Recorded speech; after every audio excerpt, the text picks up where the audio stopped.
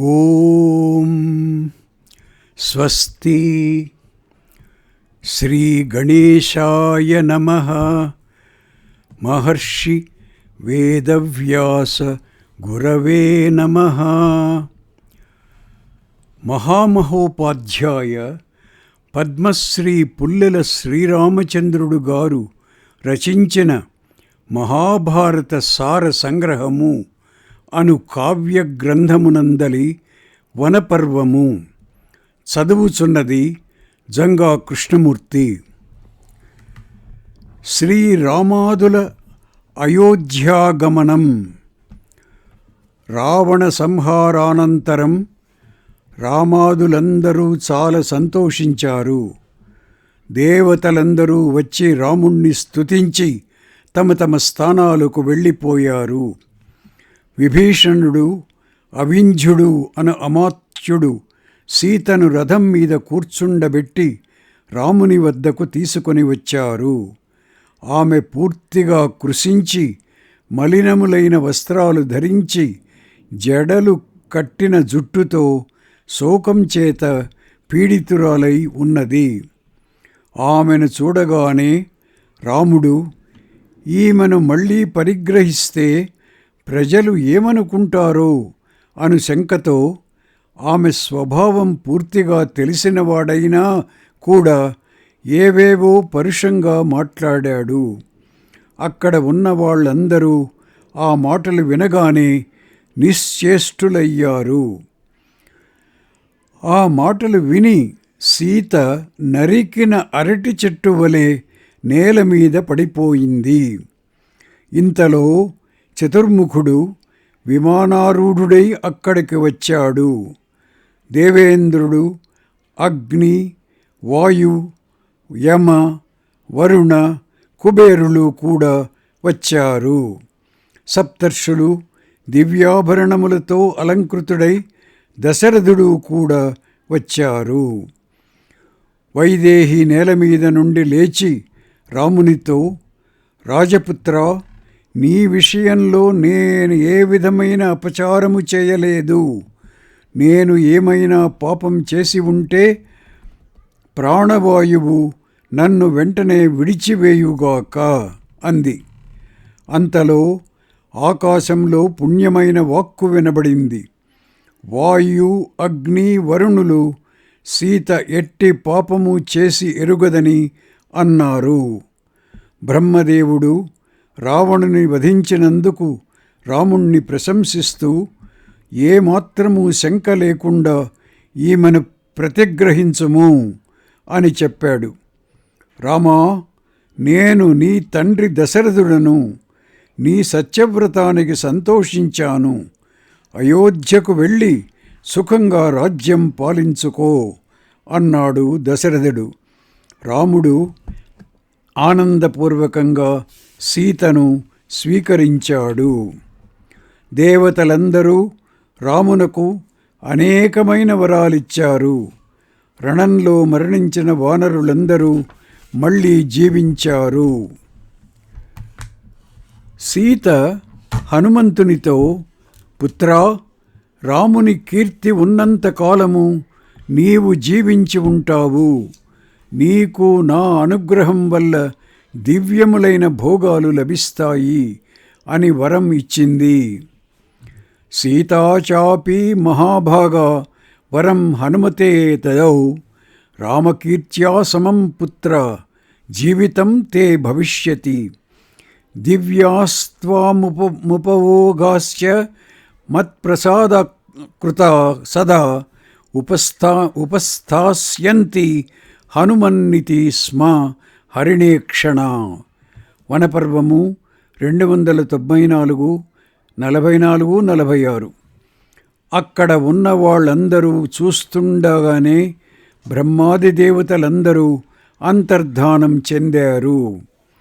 రాముడు సీతాసమేతుడై లంకలో ఉన్న ప్రధానులైన రాక్షసులతో పుష్పక విమానం ఎక్కి సేతువు మార్గాన వెళ్ళాడు.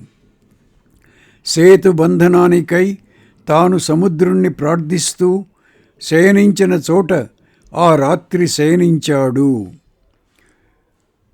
అక్కడ తనకు సహాయం చేసిన వానరులనందరినీ తగు రీతిగా రత్న వస్త్రాదులతో సత్కరించి వారి వారి స్థానాలకు పంపివేశాడు.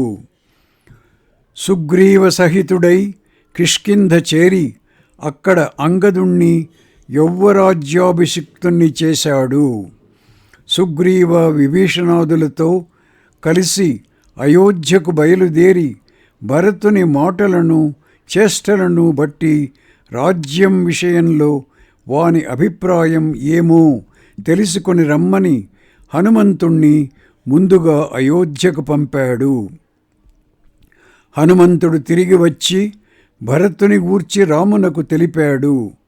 రాముడు సంతోషించి నందిగ్రామం చేరి అక్కడ తన పాదుకలను ఎదట ఉంచుకొని వల్కలధారి అయి తాపసవేషంలో ఉన్న భరతుణ్ణి చూచాడు. భరత శత్రుఘ్నాదులు అమితానందం పొందారు. భరతుడు తన వద్ద న్యాసంగా ఉంచిన రాజ్యాన్ని రామునకు సమర్పించాడు. వశిష్ఠ రామదేవులు రాముని పట్టాభిషేకం శుభముహూర్తాన నిర్వర్తించారు. రాముడు విభీషణ సుగ్రీవులను సత్కరించి వాళ్లకు రాజ్యపాలనా విధానాదులు ఉపదేశించి అతి కష్టం మీద వాళ్ల రాజ్యాలకు సాగనంపాడు. పుష్పక విమానాన్ని దాని అధిపతి అయిన వైశ్రవునకు పంపివేశాడు. దేవర్షులతో కూడి గోమతీ నదీ తీరాన 10 అశ్వమేధ యాగాలు చేశాడు.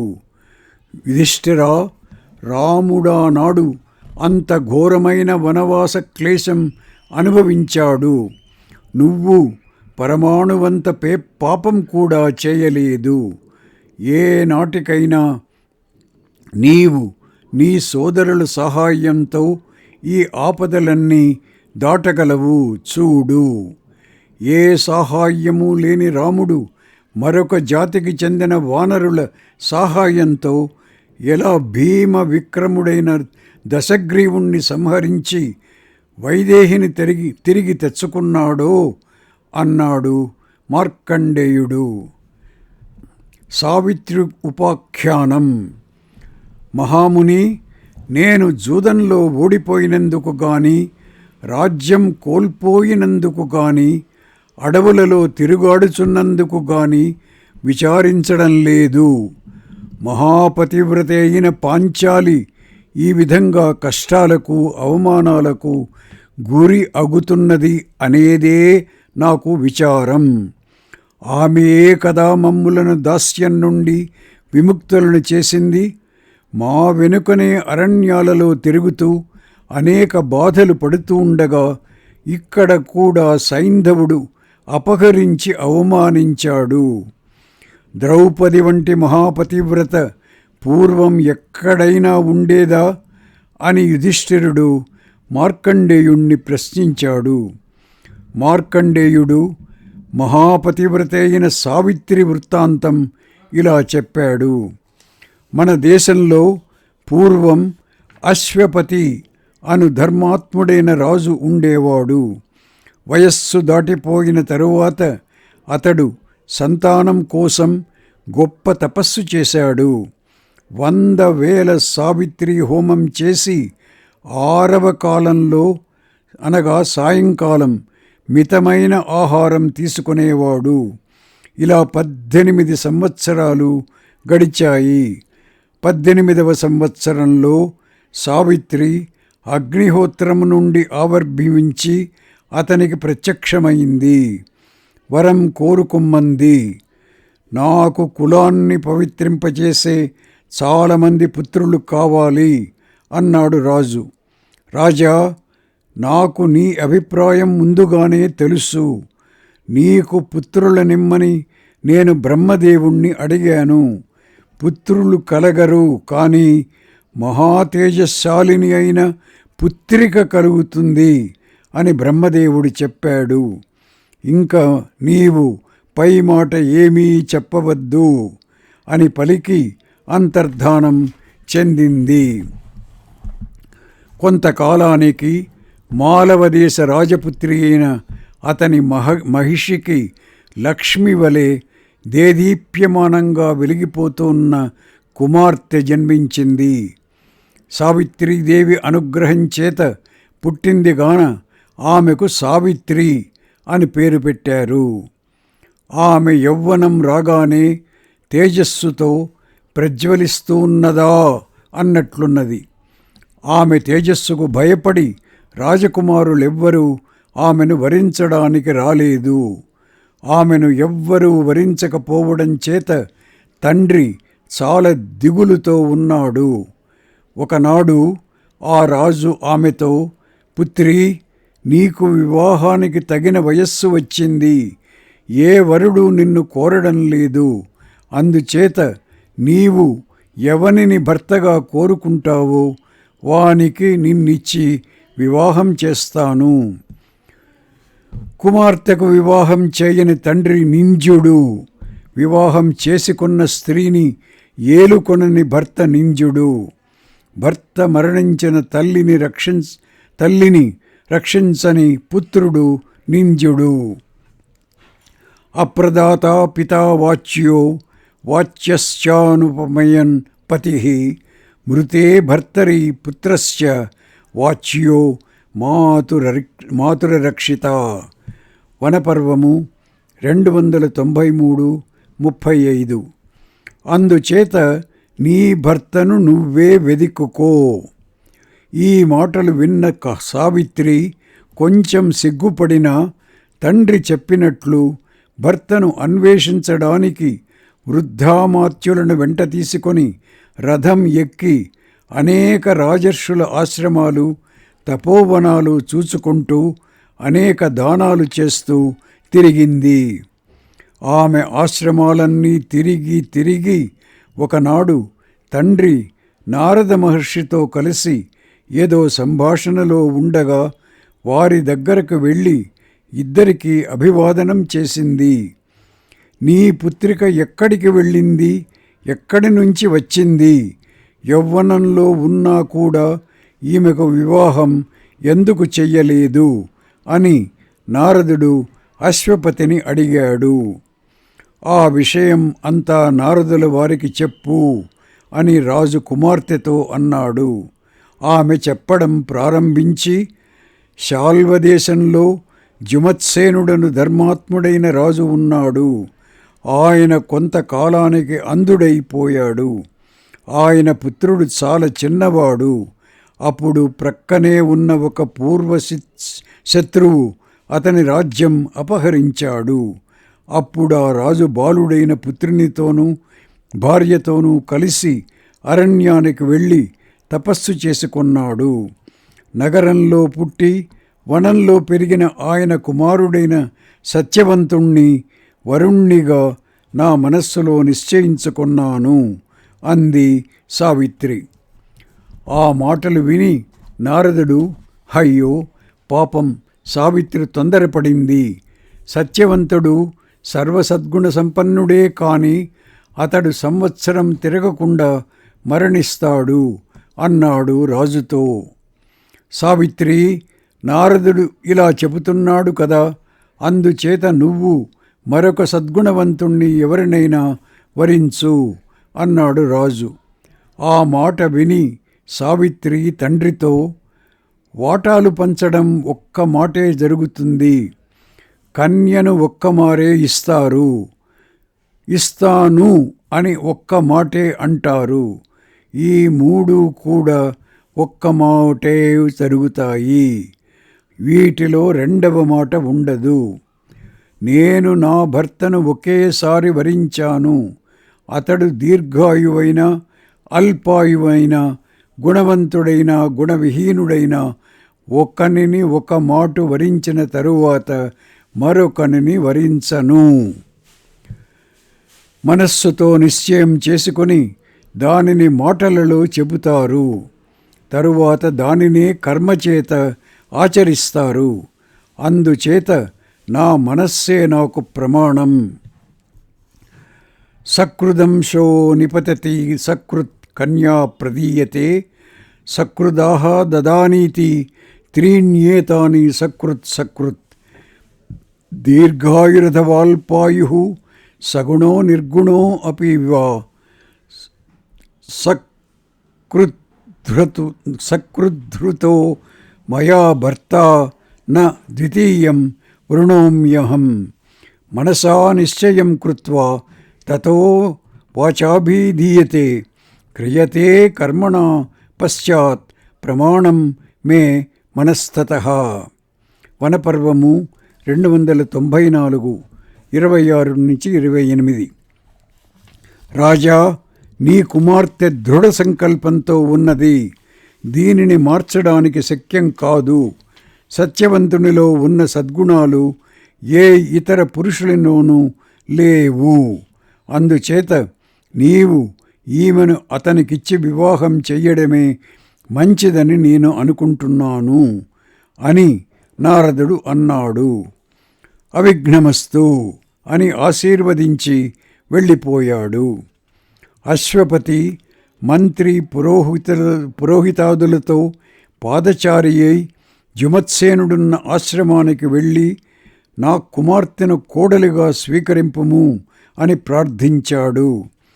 మా రాజ్యం పోయి అడవులలో తపస్సు చేసుకుంటున్నాం. నీ కుమార్తె అరణ్యవాస క్లేశం సహించజాలదు కదా, మాతో కలసి ఎలా నివసిస్తుంది అన్నాడు జుమత్సేనుడు. సుఖ దుఃఖాలనేవి వస్తుంటాయి పోతుంటాయి అని నా అభిప్రాయము, నా కుమార్తె అభిప్రాయము కూడా. ప్రేమపూర్వకంగా చేసిన మా అభ్యర్థనను నీవు కాదనకుము అని అశ్వపతి ఆ రాజుతో అన్నాడు. నిజానికి మీ అమ్మాయిని నా పుత్రునకు చేసుకోవాలని నా మనస్సులో ఉండేది. రాజ్యం పోయింది కదా అని ఆ ఆలోచన వదులుకున్నాను.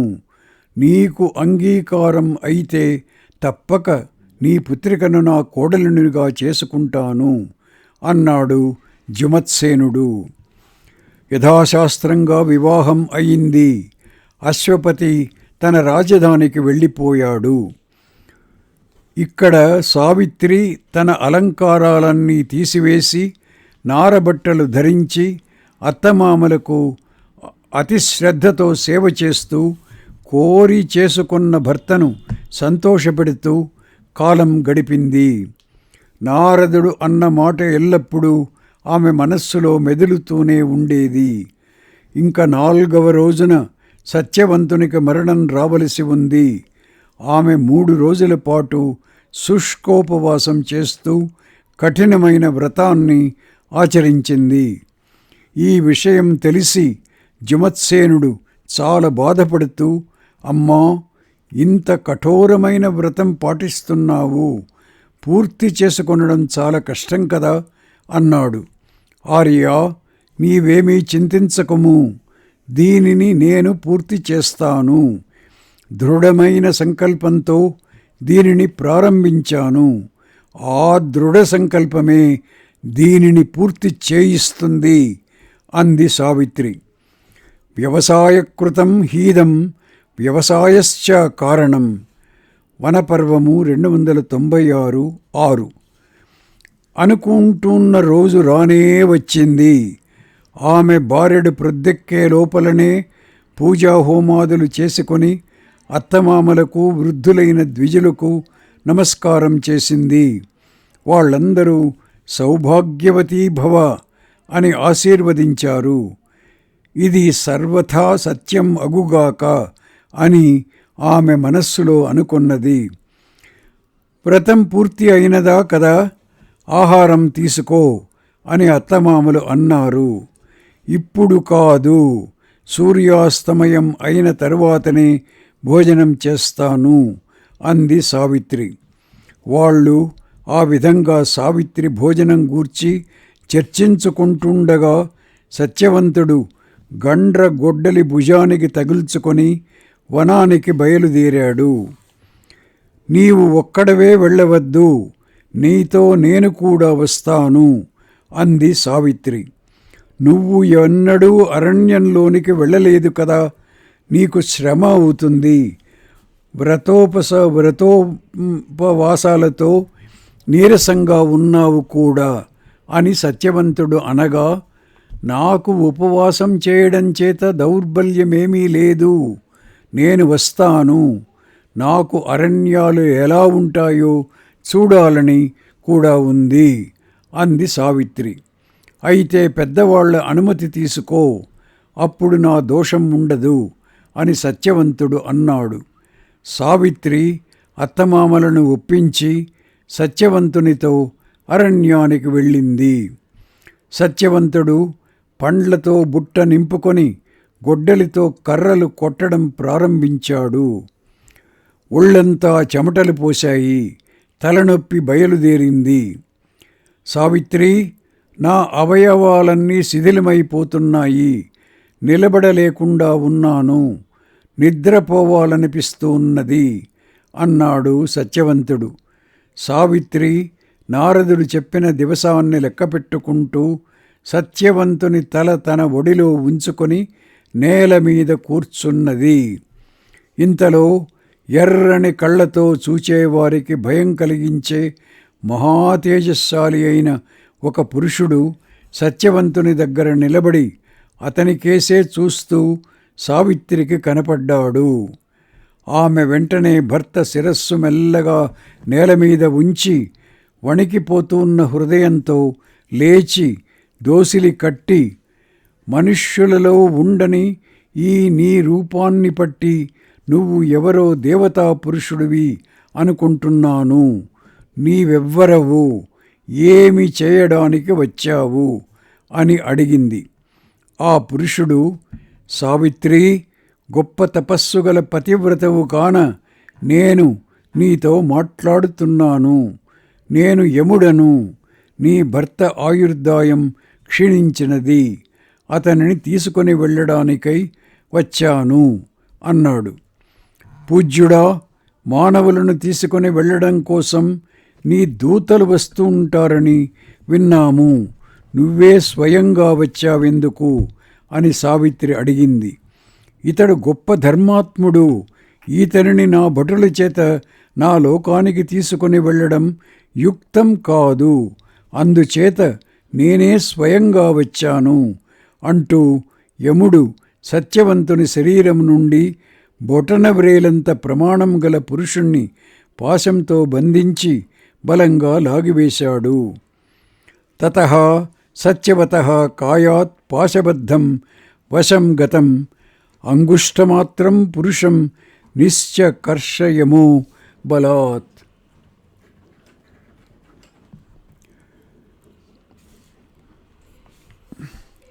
ఆ పురుషుణ్ణి తీసుకొని యముడు దక్షిణ దిక్కువైపు వెళ్ళిపోతున్నాడు. సావిత్రి దుఃఖార్తురాలై ఆ యముణ్ణి వెంబడించింది. ఆమె తన వెనుకనే రావడం చూచి యముడు, సావిత్రి, నువ్వు వెనుకకు వెళ్ళి నీ భర్తకు ఔర్ధ్వదేహిక క్రియలు చేయుము, నువ్వు ఎంతవరకు రాగలవో అంతవరకు వచ్చావు అన్నాడు. నా భర్తను ఎక్కడికి తీసుకొని వెడతారో లేదా అతడు ఎక్కడికి వెడతాడో అక్కడికి నేను కూడా వెళ్ళడం ధర్మం. తపస్సు చేత, గురుభక్తి చేత, భర్తృశ్రేయం చేత, వ్రతం చేత, నీ అనుగ్రహం చేత నేను ఎక్కడికి వెళ్ళాలన్నా అడ్డు లేకుండా వెళ్ళగలను. తపసా గురుభక్త్యా చ భర్తుః స్నేహాద్వ్రతేన చ తవ చైవ ప్రసాదేన నా మే ప్రతిహతా గతిః. వనపర్వము 297:22. 7 మాటలు మాట్లాడుకుంటే మైత్రి ఏర్పడుతుందని పెద్దలంటారు. ఆ మైత్రిని పురస్కరించుకొని నేను చెప్పే మాట విను. ఆత్మనిగ్రహం లేని వాళ్ళు అరణ్యంలో నివసిస్తూ కష్టాలు అనుభవిస్తూ ధర్మం ఆచరించజాలరు. మేమందరము సత్పురుషులు ప్రశంసించే ఆ ధర్మ మార్గాన్ని అనుసరిస్తున్నాం. రెండవదైన అర్థాన్ని గాని మూడవదైన కామాన్ని గాని ఆశ్రయించడం లేదు. ధర్మమే అన్నింటికంటే ప్రధానమైనదని అంటారు అని సావిత్రి అంది. యముడు ఆ మాట విని, సావిత్రి, నువ్వు వెనుకకు వెళ్ళు, నీ మాటలు వినసొంపుగా ఉన్నాయి, నీ భర్త జీవితం తప్ప మరేదైనా వరం కోరుకో, ఇస్తాను అన్నాడు. మా మామగారు రాజ్యం పోగొట్టుకొని అంధుడై అరణ్యంలో నివసిస్తున్నాడు, ఆయనకు అంధత్వం పోయి ఆరోగ్యం చేకూరేటట్లు వరం ఇమ్ము అని సావిత్రి కోరింది. యముడు ఆ వరం ఇస్తూ, సావిత్రి, ఇంక నీవు వెనుకకు వెళ్ళు, శ్రమ కలుగుతుంది అన్నాడు. భర్త సమీపంలో నాకు శ్రమేమిటి? నా భర్తను ఎక్కడికి తీసుకొని వెడతావో అదే నాకు గమ్యస్థానం. మరొక విషయమేమనగా, సురేశ, సత్పురుషులతో ఏర్పడిన సంబంధం నిష్ఫలం అవడానికి వీలు కాదు. నీ దర్శనం నిష్ఫలం కాకూడదు అని సావిత్రి అంది. నీ మాటలు మనస్సుకు అనుకూలంగా ఉన్నాయి, ఈతని జీవితం తప్ప మరేవరమైనా కోరుకో అన్నాడు యముడు. మా మామగారు పోయిన రాజ్యం మళ్ళీ పొందేటట్లు అనుగ్రహించు అని సావిత్రి కోరగా, యముడు ఆ వరం కూడా ఇచ్చి ఇంక వెనుకకు వెళ్ళు అన్నాడు. దేవా, నీవు ప్రజలనందరినీ నియమిస్తావు గావున నీకు యముడని పేరు. మనోవాక్కాయాల చేత ఏ భూతానికి ద్రోహం చేయకుండా ఉండడం, అనుగ్రహము, దానము ఇవి సత్పురుషులు అనాది కాలం నుంచి పాటించే ధర్మం. మానవులు ఈ విధంగా నీ చేతిలో ఉన్న నా భర్త వలె శక్తి విహీనులు. సత్పురుషులు తమను ఆశ్రయించిన అమిత్రుల విషయంలో కూడా దయ చూపుతారు అని సావిత్రి అంది. అప్పుడు యముడు, దప్పిక కొన్నవానికి ఉదకం వలె నీ మాటలు హృద్యంగా ఉన్నాయి, సత్యవంతుని జీవితం తప్ప మరొక వరం ఏమైనా కోరుకో అన్నాడు. నా తండ్రికి పుత్రులు లేరు, ఆయనకు 9 పుత్రులను అనుగ్రహించు అంది సావిత్రి. అలాగే జరుగుతుంది, నువ్వు చాలా దూరం వచ్చేశావు, వెనుకకు వెళ్ళు అని యముడన్నాడు. భర్త సన్నిధిలో నాకేమీ దూరం లేదు, నా మనస్సు చాలా దూరం పరిగెత్తుతూ ఉన్నది. నువ్వు నడుస్తూనే నే చెప్పే మాట వినుము. నువ్వు ప్రజలందరూ ధర్మ మార్గంలో నడిచేటట్లు చేస్తావు. సత్పురుషుల యందు ఎంత విశ్వాసం ఉంటుందో అంత విశ్వాసం తన మీద కూడా ఉండదు. సమస్త ప్రాణులకు కూడా స్నేహభావాన్ని బట్టి విశ్వాసం కలుగుతుంది. అందుచేత జనం సత్పురుషులను ఎక్కువగా విశ్వసిస్తారు అంది సావిత్రి. సావిత్రి, నీవు పలికిన మాట వంటి మాట ఎవరూ పలుకగా నేను వినలేదు. దీనిచేత నేను సంతోషిస్తున్నాను. ఈతని జీవితం తప్ప మరొక వరం ఏదైనా 4వది కోరుకో అన్నాడు యముడు.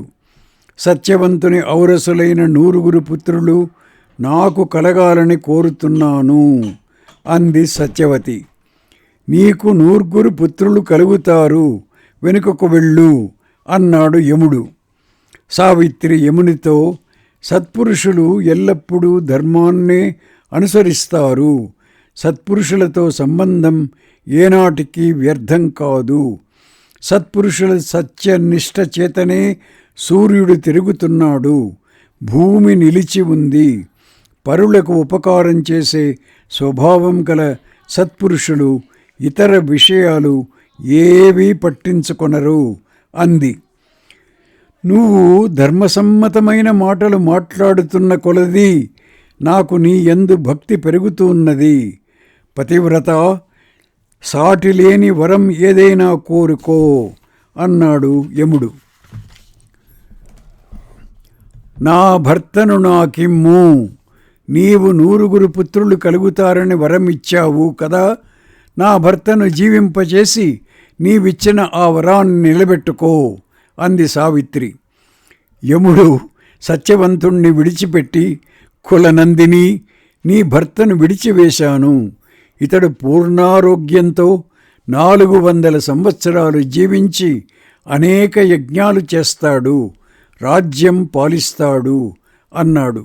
సావిత్రి భర్త శరీరం పడి ఉన్న చోటికి వచ్చి అతని శిరస్సు ఒడిలో ఉంచుకొని కూర్చుంది.